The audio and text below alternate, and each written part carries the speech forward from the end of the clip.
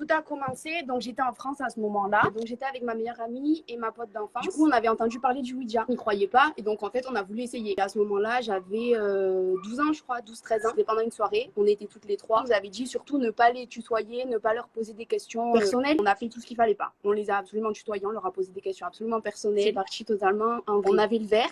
Et en fait, nous, on n'y croyait pas. On pensait que genre, c'était une de nous qui était en train de le faire bouger. Et le verre, en fait, il est parti s'exploser contre... Il est parti s'exploser contre le mur. Et de là, tout a commencé. On a commencé à voir des personnes. Enfin, moi, je les voyais et je les ressentais. Et j'avais une pote qui les voyait. Ma pote d'enfance, elle les voyait. Et ma meilleure amie les ressentait juste. Attends, vous voyez quoi exactement? Un truc là?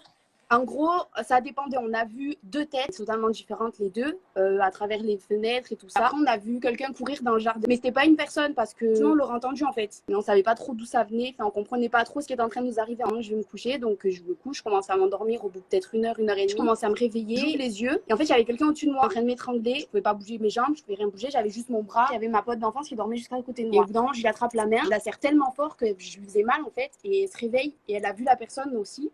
Et en fait, son réflexe a été de me tirer. Quelqu'un m'a tiré et j'ai repris mes esprits. Je commence à respirer de nouveau. Sachant que je suis asthmatique, donc en fait, j'aurais pu carrément y passer. La personne, je m'en souviens très très bien, elle était très très grande. Elle avait sa tête, genre vraiment peut-être à 2 cm de ma tête. C'était vraiment flippant. Et ensuite, on s'est retourné pour réveiller ma meilleure amie parce que on pouvait pas continuer de dormir comme ça. Enfin, on savait pas ce qui était en train de se passer. En fait, il y avait quelqu'un qui était genre juste allongé à côté de ma meilleure amie. Et cette soirée, je pense, a été la pire soirée de ma vie. Hein. Du coup, on l'a réveillée. Elle nous a dit, mais je sentais une présence. J'avais l'impression qu'on me regardait. Je pouvais pas ouvrir les yeux. J'avais trop peur. On se réveille et tout. Et on attend, on fait passer le temps et tout, on pouvait pas sortir de la chambre, c'était impossible. Au bout d'un moment, même ma pote d'enfance, elle avait envie d'aller aux toilettes. Elle commence à se lever, à ouvrir la porte et elle commence à crier. Elle a refermé la porte d'un coup et il y avait un miroir qui était accroché au mur, mais il était vraiment accroché, hein, genre avec des vis et tout. Le miroir, en fait, il est tombé et il s'est explosé. Elle nous a dit qu'elle avait vu genre une petite fille, mais pas une petite fille, genre c'était très bizarre, j'ai pas trop compris. Au final, on passe la nuit réveillés, on pouvait pas du tout se rendormir et tout ça. Même tout le monde rentre chez soi et tout. Le problème, c'est que c'était une entité qui était sur moi, m'avait étranglée. L'entité, elle est restée collée à moi. Quand je suis rentrée chez moi, le soir, en fait,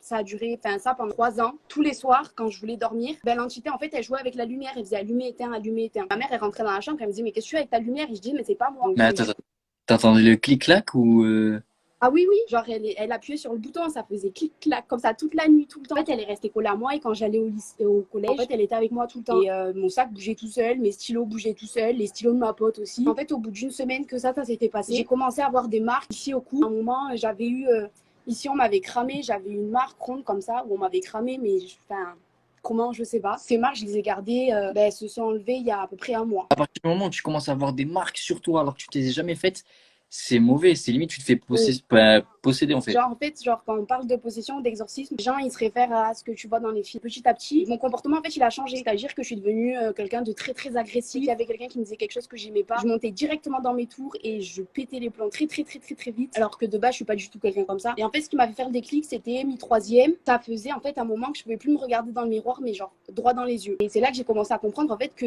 elle était en train de me posséder, quoi. Donc, du coup, je suis restée avec cette merde pendant peut-être, je suis restée avec ça pendant 3 ans. Jusqu'à là, il y a 4 semaines, je suis renvoyée de 4 lycées à cause de mon comportement. Ma meilleure amie ne me reconnaissait pas non plus. Je suis allée voir, il y avait une amie de ma pote d'enfance, qui sa mère, elle était genre qu'elle voit les entités, tout ça. Je suis allée la voir et en fait, elle m'a dit que c'était une entité, mais qui était très, très, très, très puissante. Elle commençait à me posséder et qu'en gros, genre, je continuerai plus tard, sauf que moi, je ne l'ai pas cru en fait. Genre, moi, je pensais que c'était que dans les films. Et en fait, elle m'a dit que là, en gros, c'était soit je faisais l'exorcisme, soit je me laissais, je restais comme ça, genre toute ma vie. En fait, je suis restée avec ça. Moi, j'y croyais pas. Et en fait, j'ai une mamie qui, elle, a une sorte de don de Dieu. Elle m'a dit que j'étais possédée. J'avais une entité avec moi qui était très, très puissante. Et elle me l'a redit. Et en fait, au bout d'un moment, que 2 personnes me le disent, et 2 personnes totalement différentes qui ne se sont jamais parlé dans la vraie vie, je trouvais ça quand même bizarre. Du coup, j'ai attendu, mais je me reconnaissais de moins en moins, en fait. Genre, chaque jour qui passait, en fait, je me reconnaissais pas. Et là, il y a 4 semaines, je lui ai dit, ok, je veux bien essayer quelque chose. Elle m'a dit, on va faire un exorcisme. L'exorcisme, ça se passe que, en gros, on est allongé dans un lit, mais on n'est pas attaché ni rien, et juste on nous dit, ferme les yeux et dors. Donc pendant l'exorcisme, moi je dormais pas vraiment parce que j'arrivais pas à dormir, je me posais plein de questions. Ouais, Comment est-ce qu'on va faire? Elle pose ses mains comme ça. Au début, elle va juste ressentir à quel niveau de possession on est. Elle m'a dit que j'avais encore faim, que genre c'était encore temps pour que je la sorte et que je reprenne ma vie normale d'avant. Elle commence à pleurer, elle commence à trembler, à pas être bien. Et en fait, moi, je comprenais pas et je me sentais très fatiguée et j'avais mal en fait à tout ce qui est mal au torse, tout ce qui est le ventre, le bas du ventre, tout ça.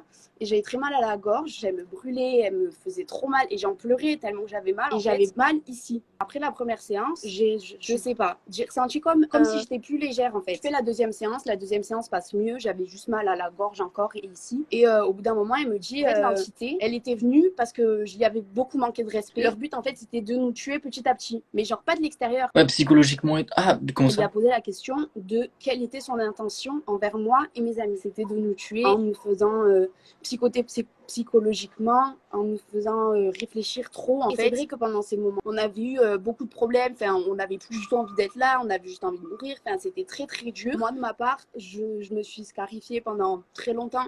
J'avais plus du tout envie d'être là, genre le moindre truc ça me faisait vriller. Et en fait du coup j'ai commencé à comprendre et j'ai appelé directement mes amis après pour leur dire écoutez, il faut que vous alliez voir n'importe quelle personne, il faut que vous sortiez toutes ces entités. Et j'ai dit va à ta maison et fais un truc à ta maison parce qu'en fait leur but c'est de nous tuer à tous. Ils m'ont pris très au sérieux, donc ça déjà je suis très contente. Les deux elles sont clean aussi, il n'y a plus aucun problème. Et cette histoire elle s'est terminée il y a une semaine. Il y a une semaine, elle s'est terminée et aujourd'hui, je suis beaucoup plus calme. J'ai retrouvé ma personnalité d'avant. Je m'énerve plus pour un oui ou pour un non. Voilà, je suis très contente. Ce truc, un petit détail. Une fois, j'ai donc l'amour de quand j'étais. Enfin, ça fait 5 ans qu'on était ensemble jusqu'à ce que je vienne ici. Un matin, je me suis réveillée avec son nom écrit, mais à un endroit où je ne peux pas atteindre moi-même. Mais sauf que j'étais toute seule chez moi, donc il n'y a personne qui a pu l'écrire en fait. Et j'avais son nom avec. Il s'appelle Ethan. Il était à l'envers en mode de croix. Et après, j'avais une croix qui était arrivée ici sur le bras avant. Moi, je pensais que le Ouija, c'était un jeu. Mais en fait, c'était pas un jeu. Je me suis fait prendre à mon propre jeu. C'est ça. Ben, ça, je le referai plus jamais de ma vie. Alors Et, Jamais un Ouija, les gars. Jamais.